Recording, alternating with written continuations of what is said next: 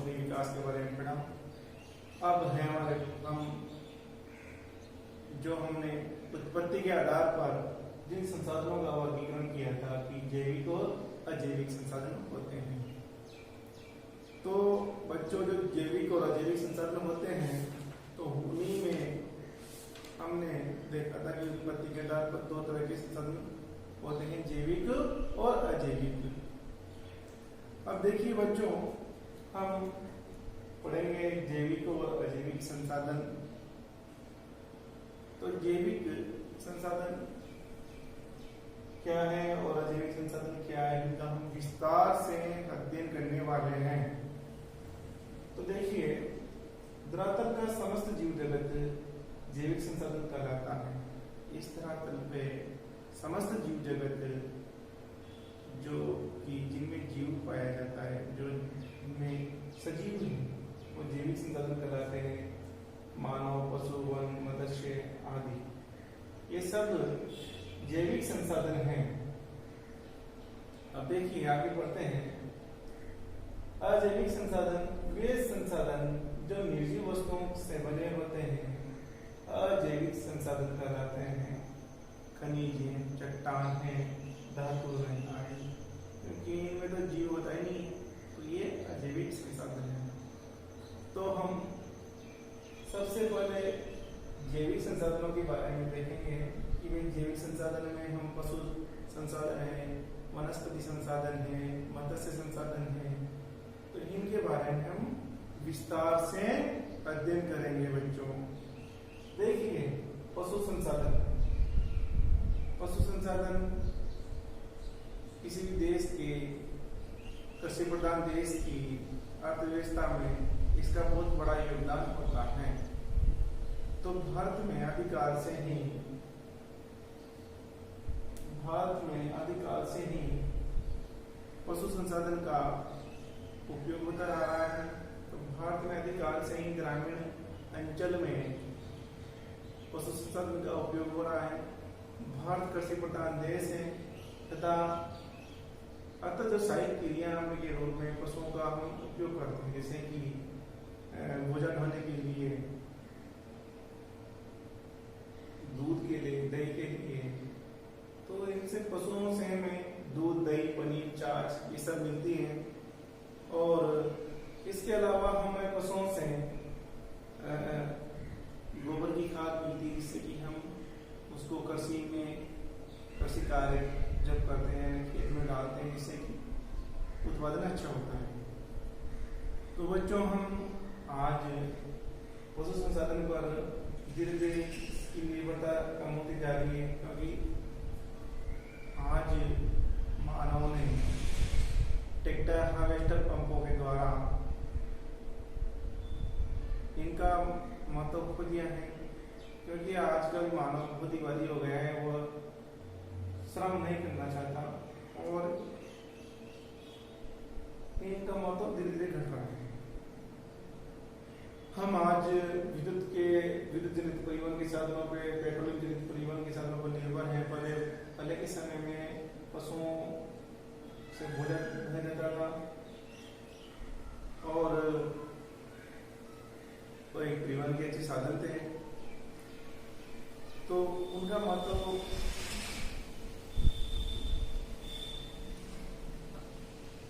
आज के समय में घट रहा है।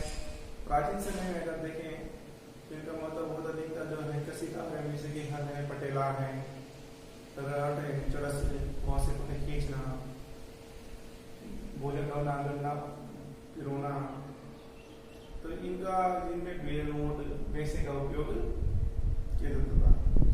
पशु से दूध है, दही है, ये इत्यादि मात्रा में चीजें मिलती हैं। पशुओं के गोबर मलमूत्र से हाइड्रोजन खाद बनाई जाती है। पशुओं की से चमड़ा, खाले ये प्राप्त होती है, जिससे ये कपड़ा है, कंबल है, गमला है, ये चीजें बनाई जाती है। तो ये बच्चों, ये उनका पशुओं का महत्व है।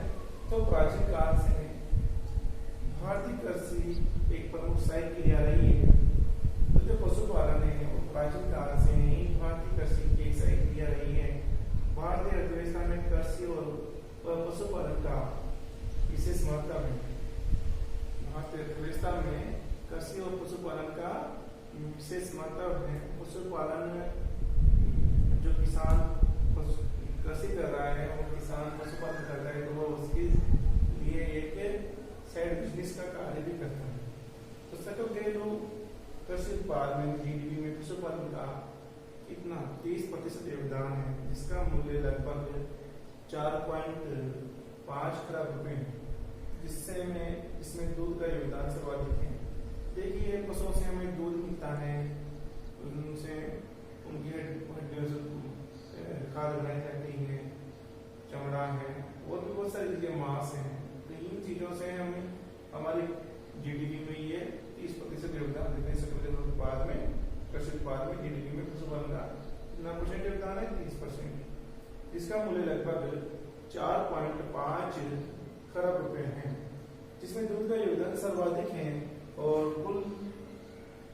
कुल पशुधन में गोवंशीय पशुओं का प्रतिशत 37.28% है। अगर हम बात करें तो गोवंशीय जो पशु हैं उनका प्रतिशत कितना है? 37.28%।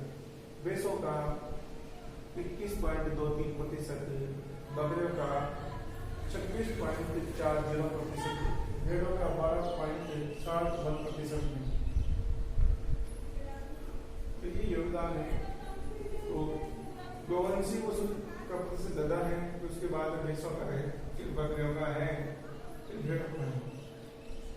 तो हम देखेंगे पशुपालन की दृष्टि से भारत ब्राजील के बाद में दूसरा स्थान पर है, यानी अफ्रीका का देश है, अफ्रीका महाद्वीप का देश है ब्राजील।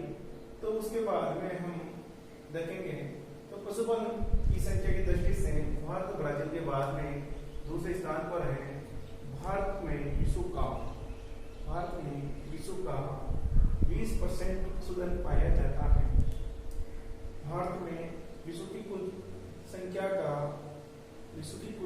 का 13% गाय, विश्व की कुल संख्या का कितनी परसेंट? 13% गाय, 56% भैंसें मिलती है। देश के कुल दूध उत्पादन का दुग्ध उत्पादन का 53% भैंसों से और 43% गायों से प्राप्त होता है, क्योंकि भैंस अधिक दूध देती है तो भैंसों से मिलेगा सही। भारत में लगभग 121.8 मिलियन टन दूध उत्पादन विश्व उत्पादन का 18% करके विश्व में प्रथम स्थान है। यानी भारत विश्व में 121.8 मिलियन टन दूध उत्पादन करके विश्व में उत्पादन करके विश्व के उत्पादन का कितना परसेंट? 8%। अब कितना होता है? 121.8 मिलियन टन, और विश्व का कितना परसेंट? 18% उत्पादन करके विश्व में कौन सा स्थान है? प्रथम स्थान है, पहले स्थान पर आता है। उत्तर प्रदेश दूध उत्पादन में भारत अग्रणी राज्य है। उत्तर प्रदेश तो भैया सभी में अग्रणी है, जनसंख्या भी अग्रणी है। उत्तर प्रदेश दूध उत्पादन में भारत का अग्रणी राज्य है। 19वीं पशु गणना 2012 के अनुसार देश में कुल पशुधन की संख्या 51.21 करोड़ है। 51.21 करोड़ है। तो ये हो गया आपका पशुपालन दृष्टि से भारत ब्राजील के बाद दूसरा स्थान है। दूसरे स्थान पर आता है भारत। विश्व का 20% दूध पाया जाता है और दूध उत्पादन में भारत का विश्व में प्रथम स्थान है। अगर हम बात करें तो भारत के राज्य की, तो उत्तर प्रदेश सबसे ज्यादा दूध उत्पादन करता है, अग्रणी राज्य है विश्व में भैंसों के संबंध में। अब देखें आगे।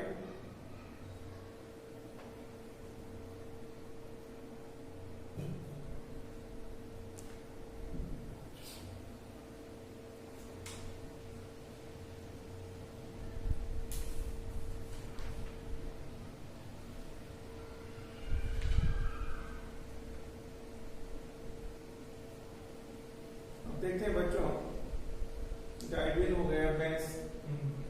विश्व में भैंस के संबंध में भारत का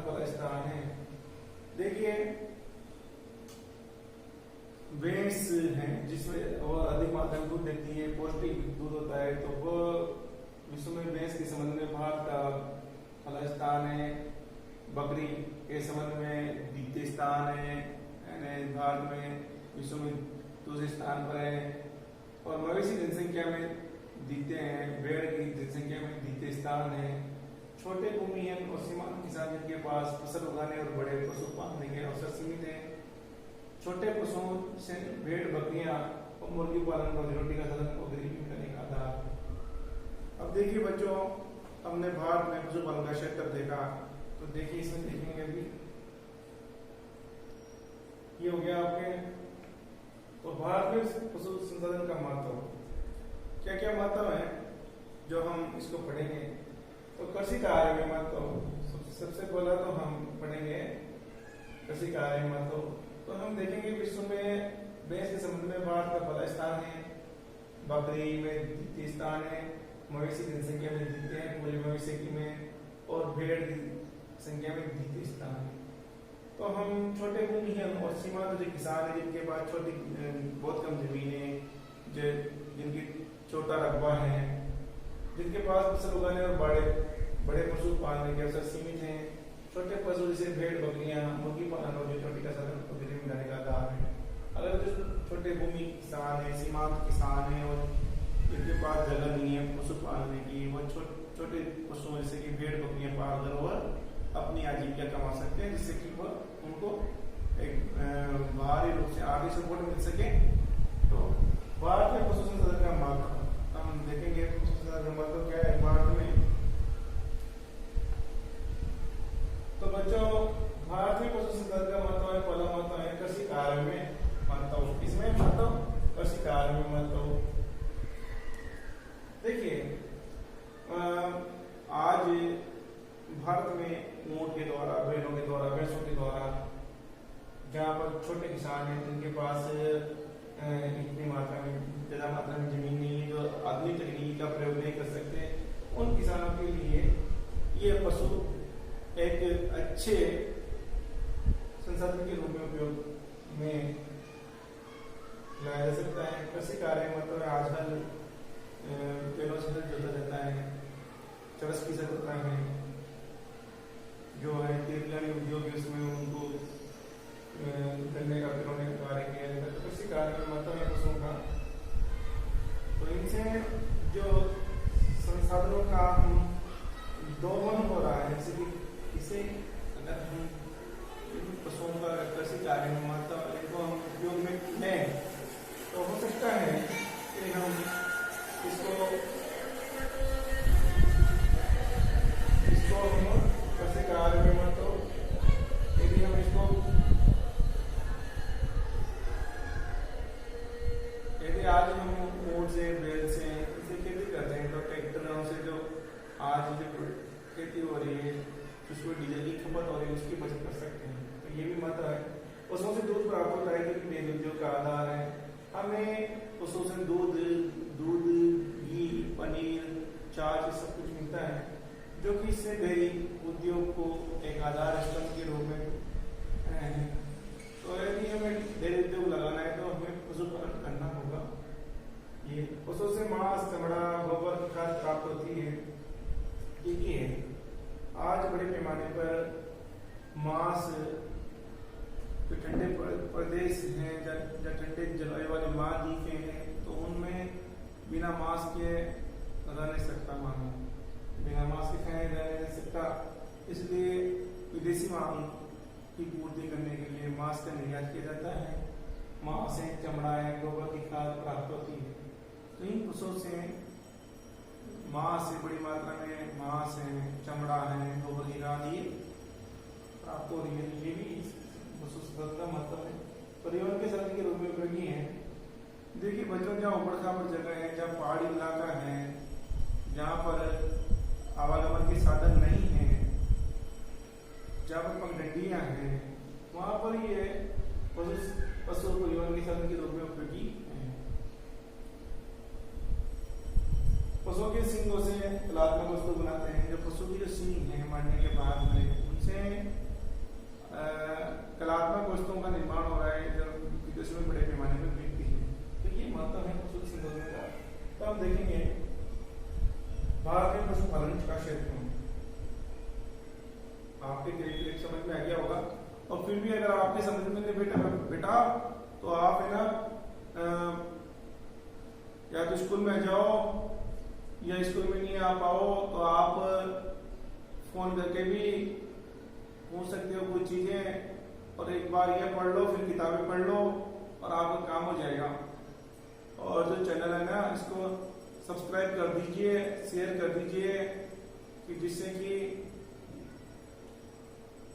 इसकी महत्व बढ़े, मेरा भी मनोबल बढ़ जाए और आपका भी काम हो जाए। तो भारत में 4 प्रमुख पशुपालन क्षेत्रों में विभाजित किया गया है बच्चों। तो पहला है हिमालय पर्वतीय प्रदेश। तो आपको पता है ये हिमालय वाला, ये हिमालय में बाद में बताऊंगा आपके लिए। अभी मैं मैप पे बताऊंगा आपको अलग से, क्योंकि बताऊंगा तो इसमें क्या नेटवर्क का कनेक्शन नहीं है, इसलिए थोड़ा सा ये। तो देखिए हिमालय पर्वतीय प्रदेश, तो ये हिमालय पर्वतीय प्रदेश है। तो यहाँ की जो जलवायु है वहां पर भेड़, बकरियां या इन पशुओं को पाला जाता है,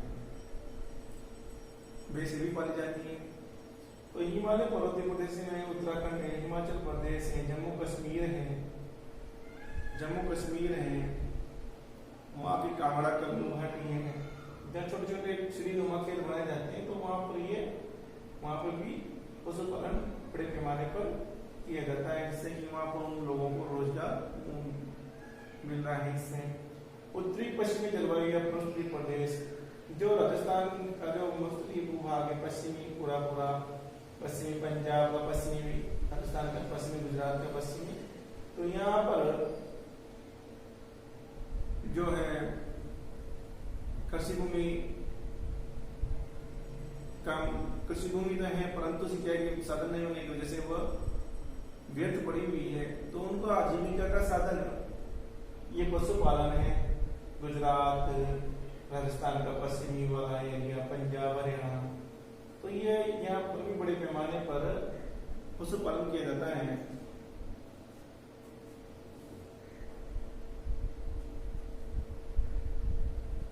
और ये यहाँ पर जो थोड़ी बहुत जमीन है उन पर ज्वार बाजरा करके पशुओं के लिए चारा उपलब्ध हो जाता है।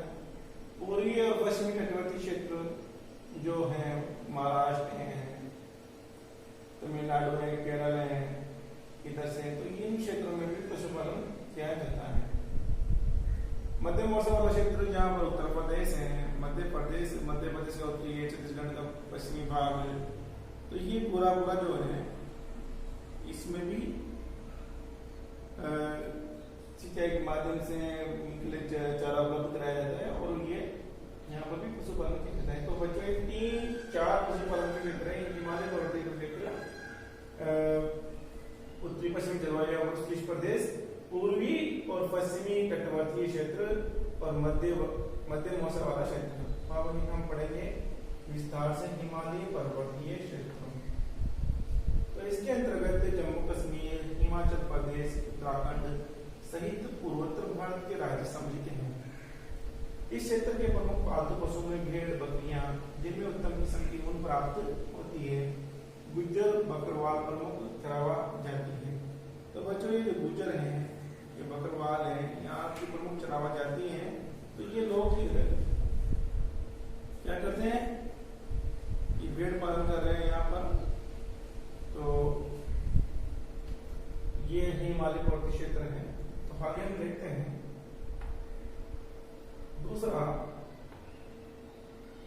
उत्तर पश्चिमी मरुस्थलीय जलवायु क्षेत्र। इस क्षेत्र के अंतर्गत पंजाब है, उत्तरी पश्चिमी मरुस्थलीय जलवायु क्षेत्र। इस क्षेत्र के अंतर्गत पंजाब, हरियाणा, राजस्थान, गुजरात प्रमुख है। इस क्षेत्र में अधिक तापमान और कम वर्षा के कारण कृषि के स्थान पर पशुपालन प्रमुख व्यवसाय है। अधिक तापमान और कम वर्षा के कारण इन स्थानों पर पशुपालन प्रमुख व्यवसाय बन चुका है। और इस क्षेत्र के प्रमुख पालतू पशु में ऊंट है, भेड़ है, बकरियां हैं, गायें हैं, घोड़े हैं, गधे हैं। तो ये जो है उत्तर पश्चिम मरुस्थलीय जलवायु क्षेत्र, तो यहाँ पर ऊंट, भेड़, बकरी और गाय, घोड़े, गधे पाले जाते हैं। पूर्वी और पश्चिमी तटवर्तीय क्षेत्र, तो इस क्षेत्र के अंतर्गत केरल, तमिलनाडु, आंध्र प्रदेश, उड़ीसा का तटवर्ती क्षेत्र सम्मिलित है। और इस क्षेत्र में प्रमुख पालतू पशु में भैंस प्रमुख है।